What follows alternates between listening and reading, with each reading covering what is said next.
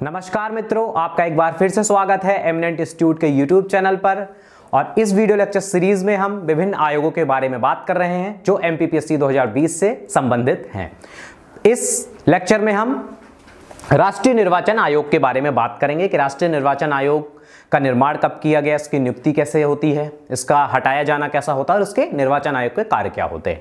निर्वाचन आयोग के कार्य के बारे में आप सभी परिचित होंगे कि निर्वाचन आयोग का कार्य होता है भारत में सभी जगह कहीं पे भी निर्वाचन कराना, चुनाव कराना, आम चुनाव कराना, ये निर्वाचन आयोग का दायित्व होता है। तो हम निर्वाचन आयोग की संरचना देखेंगे, इसकी नियुक्ति कौन करता है, कैसे होती है, इनकी स्वतंत्रता के लिए क्या प्रावधान किए गए हैं, इनको हटाया कैसे जाता है और इनके मुख्य बात इनके कार्य देखेंगे। तो सबसे पहले हम ये जानते हैं कि निर्वाचन आयोग के बारे में कहाँ पे लिखा हुआ है। तो निर्वाचन आयोग के बारे में हमारे संविधान के भाग 15 में अनुच्छेद 324 से अनुच्छेद 329 तक निर्वाचन आयोग के बारे में बताया गया है कि भारत में लोकसभा, राज्यसभा,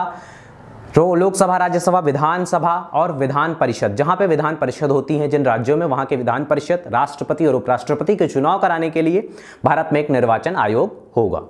और जो स्थानीय निकाय होते हैं तो उनके चुनाव राज्य निर्वाचन आयोग के द्वारा किया जाता है, उसके बारे में हम बाद में बात करेंगे। तो 324 से 329 तक राज्य के राष्ट्रीय निर्वाचन आयोग के बारे में बताया गया है। तो हमारे निर्वाचन आयोग की स्थापना, तो भारत के निर्वाचन आयोग की स्थापना 25 जनवरी 1950 को की गई थी, जिसके बारे में संविधान के, आप पहले नोट डाउन कर लीजिए कि संविधान के भाग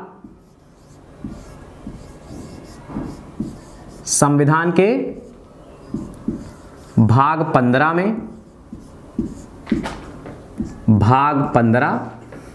में 324 अनुच्छेद से लेके आर्टिकल 324 से लेके 329 तक राष्ट्रीय निर्वाचन आयोग के बारे में बताया गया है। इसकी स्थापना कब हुई थी? 25 जनवरी 1950 को। यह आप नोट डाउन कर लीजिए। इसी दिन हमारा मतदाता दिवस भी होता है। राष्ट्रीय मतदाता दिवस इसी दिन मनाया जाता है।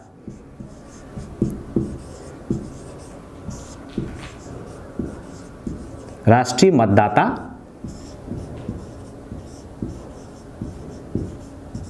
दिवस, तो ये आप नोट डाउन कर लीजिए। और राष्ट्रीय निर्वाचन आयोग का मुख्यालय आप सभी को पता होगा, मुख्यालय इसका दिल्ली में है।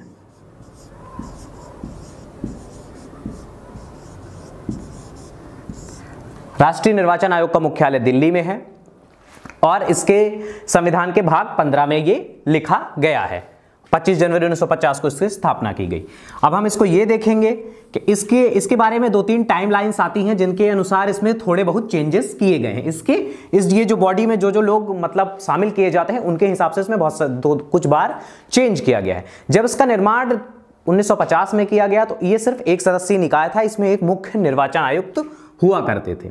तो 1950 में एक सदस्यीय निकाय था, ये सिर्फ इसमें मुख्य निर्वाचन आयुक्त हुआ करते थे।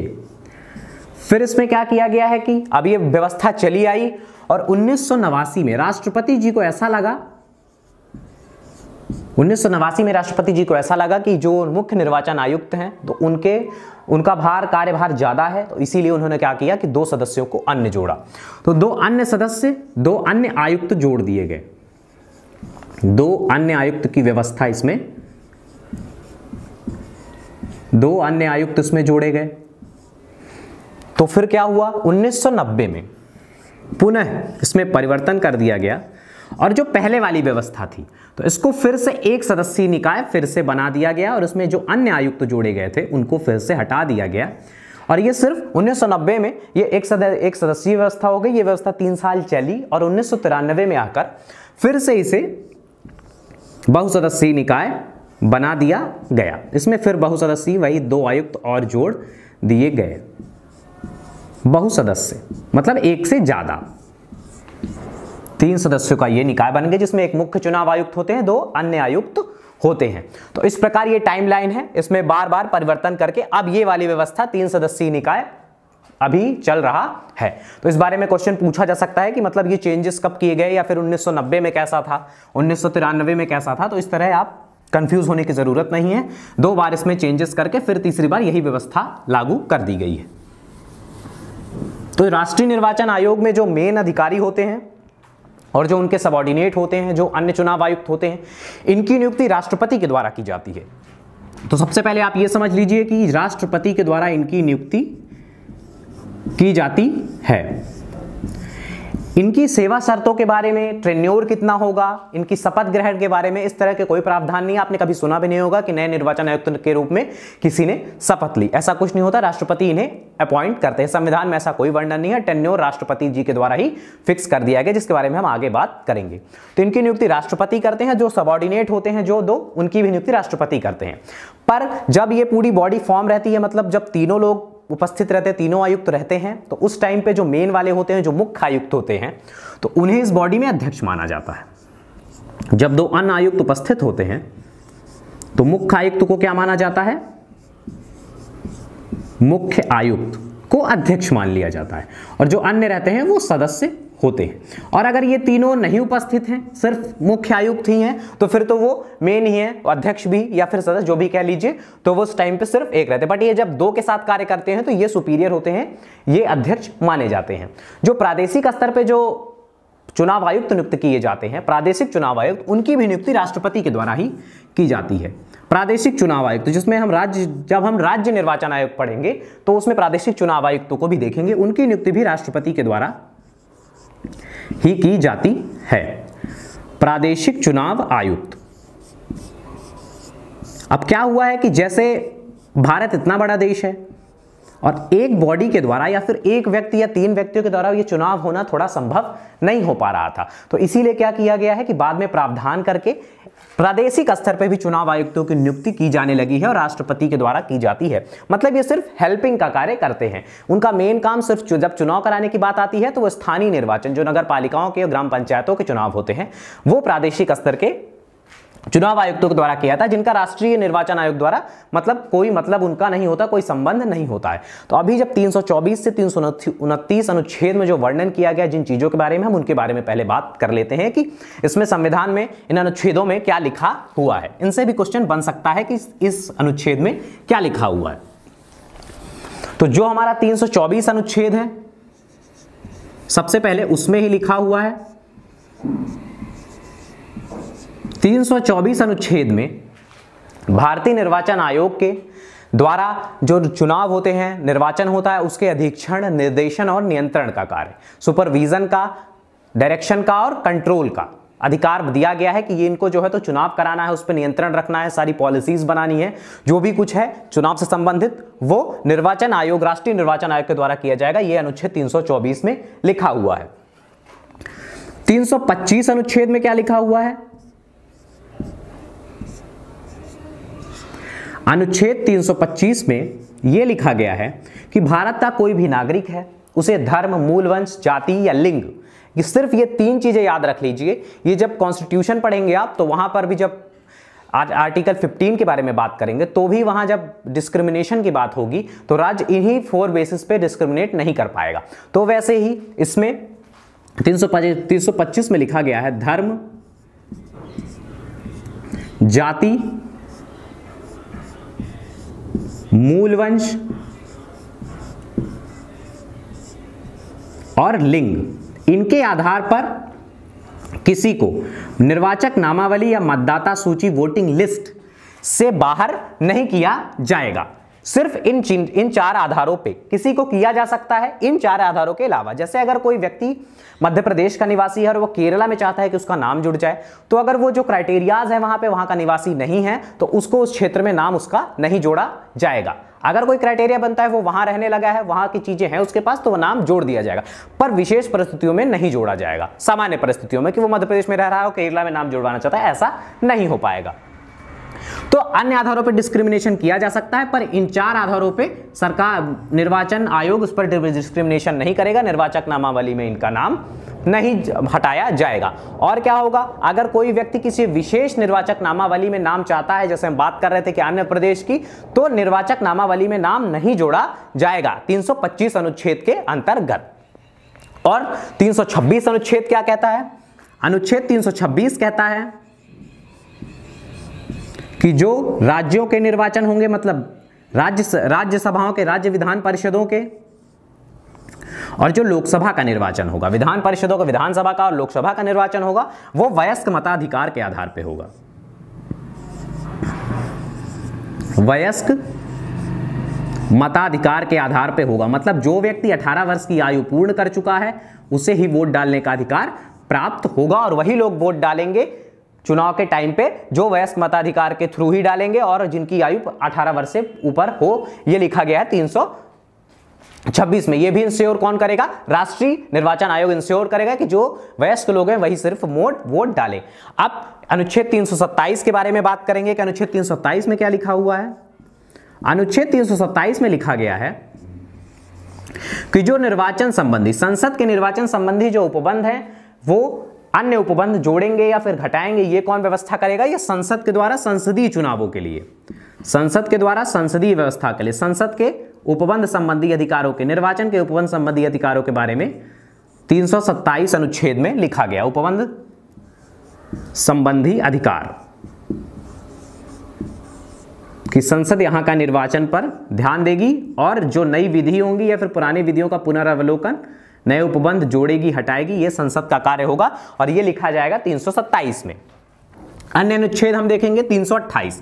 तो 328 अनुच्छेद में क्या लिखा गया है? जो राज्य के विधानमंडल होंगे, तो क्या है कि जब मेन निर्वाचन के सारे कानून नियम बनाने के अधिकार तो संसद के पास होते हैं, पर संसद कुछ को पास कर देती है, जो कुछ अन्य मसले होते हैं तो उनको पास कर देती है राज्य विधानमंडल को, जो राज्य से संबंधित होते हैं। तो उसी तरह लिखा गया है कि अनुच्छेद 328 में, जो राज्य के, अनुच्छेद 328 में राज्य के जो कानून संबंधी उपबंध, निर्वाचन संबंधी जो उपबंध है, तो राज्य विधानमंडल की शक्ति के बारे में बताया गया है। राज्य विधानमंडल जो चुनाव संबंधी उपबंध कर सकता है उसके बारे में बताया गया है। राज्य विधानमंडल उपबंध की शक्ति के बारे में बताया गया है। अनुच्छेद 328 में 329 अनुच्छेद बहुत ही महत्वपूर्ण है, क्योंकि इससे क्वेश्चन बन सकता है कि अनुच्छेद 329 में बताया गया है कि जो निर्वाचन संबंधी वाद विवाद होंगे या फिर कोई विवाद की स्थिति निर्मित हो जाती है, तो इसमें जो न्यायालय होगा, तो न्यायालय के हस्तक्षेप का वर्जन किया गया है। यह केस कोर्ट में नहीं जाएंगे, इसका निराकरण राष्ट्रीय निर्वाचन आयोग के द्वारा ही किया जाएगा। जो मतलब चुनाव निर्वाचन संबंधी मसले हैं उनको न्यायालय द्वारा, न्यायालय के समक्ष नहीं लाया जाएगा और न्यायालय द्वारा इस पे जो है तो फैसला नहीं सुनाया जाएगा, न्यायालय का वर्जन किया गया है। इस प्रकार हमने ये 3 अनुच्छेद थे, 5 अनुच्छेद इनके बारे में देखा कि ये क्या अनुच्छेद हैं निर्वाचन संबंधी, इनमें क्या क्या बताया गया है, क्या लिखा गया है, क्या कर्तव्य निर्वाचन आयोग को दिए गए हैं। तो अभी हमने अनुच्छेद को देखा। अब हम ये देखेंगे कि इनको, जो निर्वाचन आयुक्त हैं तो प्रादेशिक आयुक्त और जो केंद्र के आयुक्त, सबकी नियुक्ति राष्ट्रपति के द्वारा की जाती है।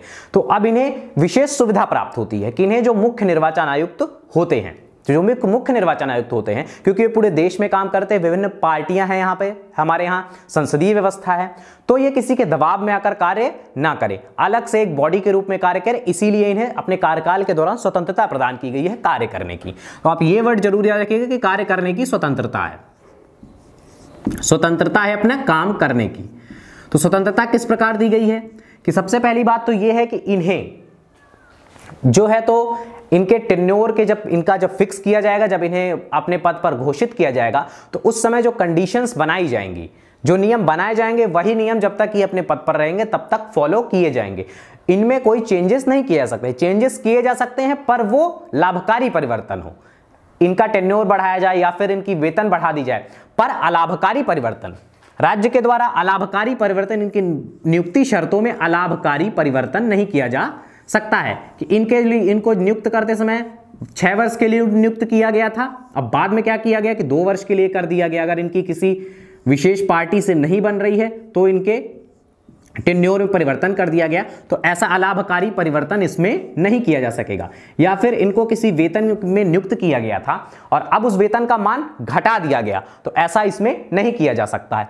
और एक स्वतंत्रता संबंधी मूल प्रावधान यह है कि इनको हटाने की कोई प्रक्रिया नहीं लिखी गई है। इनको हटाने की प्रक्रिया यह बताई गई है, ऐसा माना जाता है कि जो उच्चतम न्यायालय के न्यायाधीश होते हैं उनकी जैसे हटाने की जो महाभियोग की प्रक्रिया होती है, वही मुख्य निर्वाचन आयुक्त को हटाने की प्रक्रिया भी होती है। मुख्य निर्वाचन आयुक्त को हटाने की प्रक्रिया भी सेम उच्चतम न्यायालय के न्यायाधीश जैसे फॉलो की जाती है। मतलब महाभियोग की प्रक्रिया लगाई जाएगी और उनको उनके पद से पृथक किया जाएगा मुख्य निर्वाचन आयुक्त को। अन्य के बारे में हम बात आगे करेंगे, अभी हम मुख्य निर्वाचन आयुक्त के बारे में जान लेते हैं। तो मुख्य निर्वाचन आयुक्त को सामान्य प्रक्रिया से नहीं हटाया जा सकता है। इसमें क्या किया जाता है, आप थोड़ा सा ब्रीफ में समझ लीजिए कि क्या होती है महाभियोग की प्रक्रिया, जो उच्चतम न्यायालय के न्यायाधीश को हटाने के लिए की जाती है। एक प्रस्ताव लाया जाता है, चाहे वो लोकसभा में लाया जाए चाहे वो राज्यसभा में। जब लोकसभा में लाया जाएगा तो उसमें 100 सांसदों का, 100 सदस्यों का लोकसभा के समर्थन होना चाहिए, और जब राज्यसभा में लाया गया तो 50 का समर्थन होना चाहिए। यहाँ पे एक प्रस्ताव लाते हैं, लोकसभा के अध्यक्ष अगर उसे मतलब एक्सेप्ट करते हैं तो ही वो प्रस्ताव आगे बढ़ता है, और अगर वहीं पे डिनाई कर देते हैं, एक्सेप्ट नहीं करते हैं, तो वो प्रस्ताव वहीं पे गिर जाता है।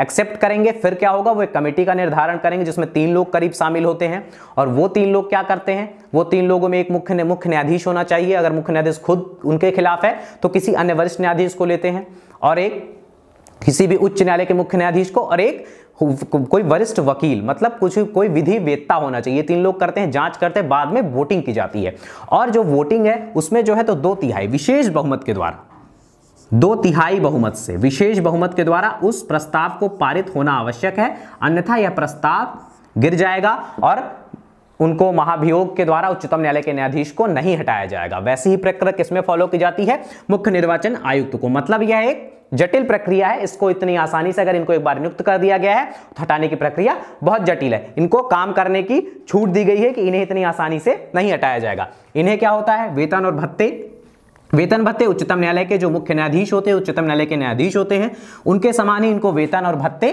प्रदान किए जाते हैं। और आपने पहले ही देखा है कि अलाभकारी परिवर्तन इसमें नहीं किया जा सकता है। इनका टाइम कितना होता है, तो इनका कार्यकाल क्या होता है, तो जो मुख्य आयुक्त होते हैं उनका कार्यकाल 6 वर्ष और 65 वर्ष होता है। मुख्य आयुक्त का कार्यकाल होता है 6 वर्ष और 65 वर्ष, जो भी पहले कंप्लीट हो, जिसके बारे में पहले भी बात कर चुके हैं। 6 वर्ष और 65 वर्ष की उम्र जो भी पहले कंप्लीट हो जाए उतना कार्यकाल होता है। और जो अन्य आयुक्त होते हैं, अन्य का 6 वर्ष और 62 वर्ष की उम्र 62 वर्ष होती है, और जो समय काल होता है वो 6 वर्ष का दोनों का होता है। तो 62 वर्ष या 6 वर्ष, तो जो भी पहले कंप्लीट होता है तो उसके अनुसार इनको हटाया जाता है, वो अपने पद से सेवानिवृत्त हो जाते हैं। पुनर्नियुक्ति के बारे में कोई बात नहीं की गई है, तो आता ही है किसी भी जगह पे पुनः नियुक्ति किए जा सकते हैं। किसी भी राज्य में या केंद्र के किसी भी पद पर इनको पुनर्नियुक्ति के पात्र ये होते हैं। मानवाधिकार वालों जैसे ये पुनर्नियुक्ति के पात्र ऐसा नहीं है कि नहीं होंगे, ये पुनर्नियुक्ति के पात्र भी होते हैं। अब हम ये देखेंगे कि मुख्य आयुक्त को हटाने की जो प्रक्रिया है वो तो जटिल है, हमने देख ली, पर अब हम देखेंगे कि अन्य आयुक्तों को कैसे हटाया जाएगा। जो अन्य आयुक्त होंगे और प्रादेशिक आयुक्त, अन्य आयुक्त एवं जो प्रादेशिक आयुक्त होंगे उनके बारे में थोड़ी सी देख लेते हैं कि इनको कैसे हटाया जाएगा। तो इनको हटाने की सामान्य प्रक्रिया है अन्य आयुक्त और प्रादेशिक आयुक्त। जो प्रदेशों में बनाई गई निर्वाचन आयोग होते हैं उनके जो आयुक्त होते हैं उनको कैसे हटाया जाता है। इनको हटाने के लिए कोई बहुत जटिल प्रक्रिया नहीं है। इनको हटाने के लिए जो मुख्य निर्वाचन आयुक्त होते हैं वो राष्ट्रपति के उनके द्वारा राष्ट्रपति के से परामर्श करके इनको उनके पद से हटाया जा सकता है। मुख्य निर्वाचन आयुक्त ही इनको अपने पद से पृथक कर सकते हैं। इनके लिए कोई विशेष व्यवस्था नहीं दी गई है, क्योंकि इनको जो है तो कोई सांविधिक बॉडी नहीं है ना। इनको बाद में क्या किया गया है, राष्ट्रपति द्वारा ही नियुक्त किया गया, इसीलिए इनको सीधे तौर पर मुख्य निर्वाचन आयुक्त के द्वारा हटाया जा सकता है। तो इस प्रकार हमने ये देखा कि इनके योग्यता क्या है, हटाया कैसे जाता है। अब हम ये देखेंगे कि इनके कार्य क्या हैं जो सबसे इंपॉर्टेंट है। तो सबसे पहले आप ये समझते होंगे कि इनके मेनली कार्य क्या होते हैं। इनका मेन कार्य होता है चुनाव कराना, चुनावों का अधीक्षण, नियंत्रण, निर्देशन करना, ये मुख्य कार्य हो गए। तो निर्वाचन आयोग के करीब 15 कार्य दिए गए हैं, है ना, जिनके बारे में बात की गई है कि ये इसके कार्य होंगे। और तो इसमें सबसे पहला कार्य इनका होता है चुनाव कराना एक, और दूसरा कार्य क्या होता है, परिसीमन।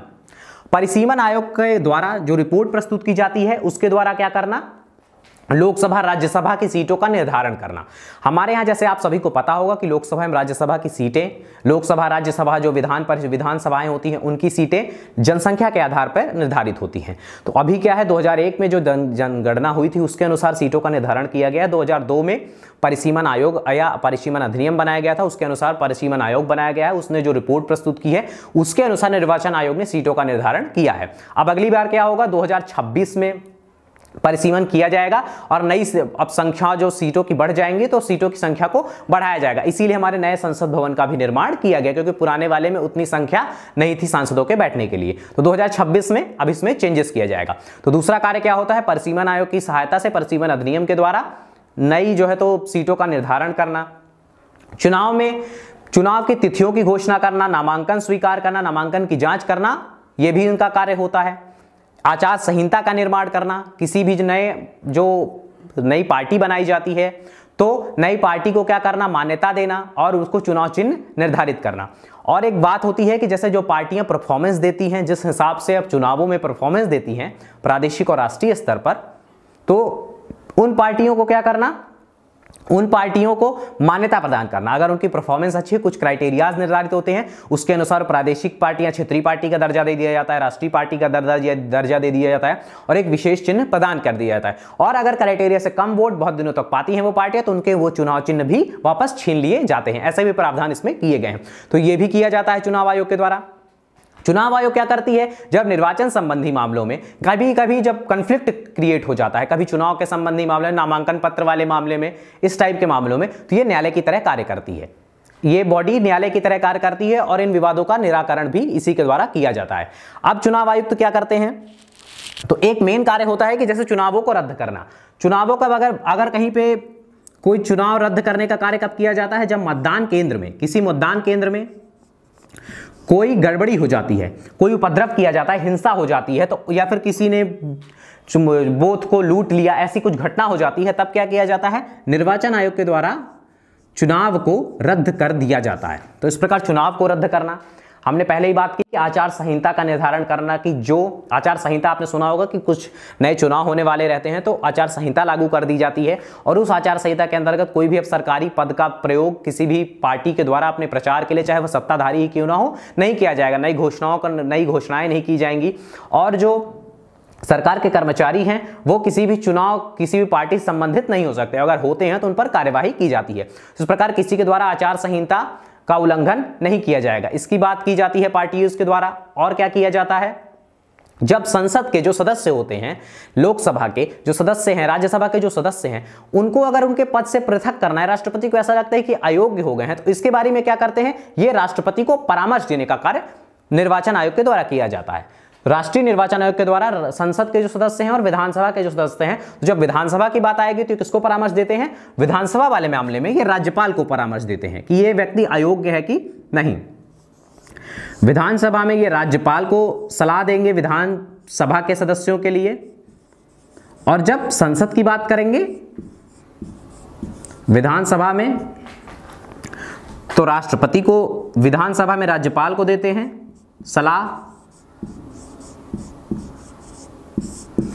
और जब संसद के सदस्यों के बारे में बात आएगी, संसद सदस्यों की बात आएगी, तो ये किसको सलाह देंगे, राष्ट्रपति को, ये अयोग्य हैं अपने पद के कि नहीं।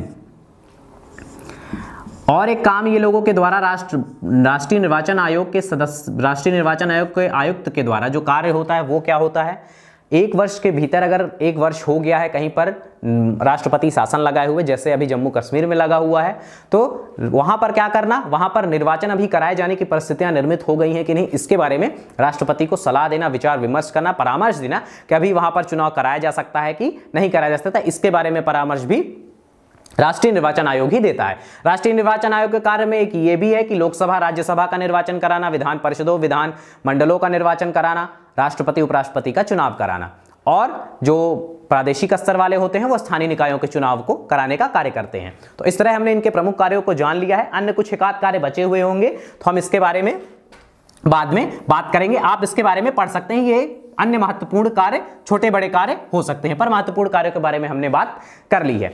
अब हम देखेंगे कुछ और फैक्ट देख लेते हैं जो इससे इंपॉर्टेंट हैं। तो हमारे पहले चुनाव आयुक्त के बारे में, सुकुमार सेन हमारे पहले राष्ट्रीय चुनाव आयुक्त जो थे, मुख्य चुनाव आयुक्त सुकुमार सेन फर्स्ट थे। सुकुमार सेन, सुकुमार सेन एक मात्र महिला भी बनी है जो पहले चुनाव आयुक्त रह चुकी हैं। तो जो महिला आयुक्त थी एकमात्र, वो है बीएस रमा देवी, महिला आयुक्त। ये एक ही है आज तक, अभी सिर्फ एक बार ही महिला बनी हुई है इसकी मुख्य चुनाव आयुक्त, तो बीएस रमा देवी। तो जब हम अध्यक्षों की बात कर रहे हैं, मतलब मुख्य चुनाव आयुक्त की बात कर रहे हैं, तो अभी हमने पहला देख लिया और महिला को देख लिया कि प्रथम महिला कौन थी। अब हम ये देखेंगे कि अभी के कौन अध्यक्ष हैं। तो वर्तमान में जो मुख्य चुनाव आयुक्त हैं वो सुनील अरोड़ा हैं। तो ये आप नोट डाउन कर लीजिए क्योंकि इससे क्वेश्चन बन सकता है। वर्तमान मुख्य आयुक्त सुनील अरोड़ा, जिनके द्वारा ही भारत के निर्वाचन आयोग का कार्यभार देखा जाता है और चुनाव कराया जाता है। आपने न्यूज में इनका नाम सुना भी होगा, सुनील अरोड़ा।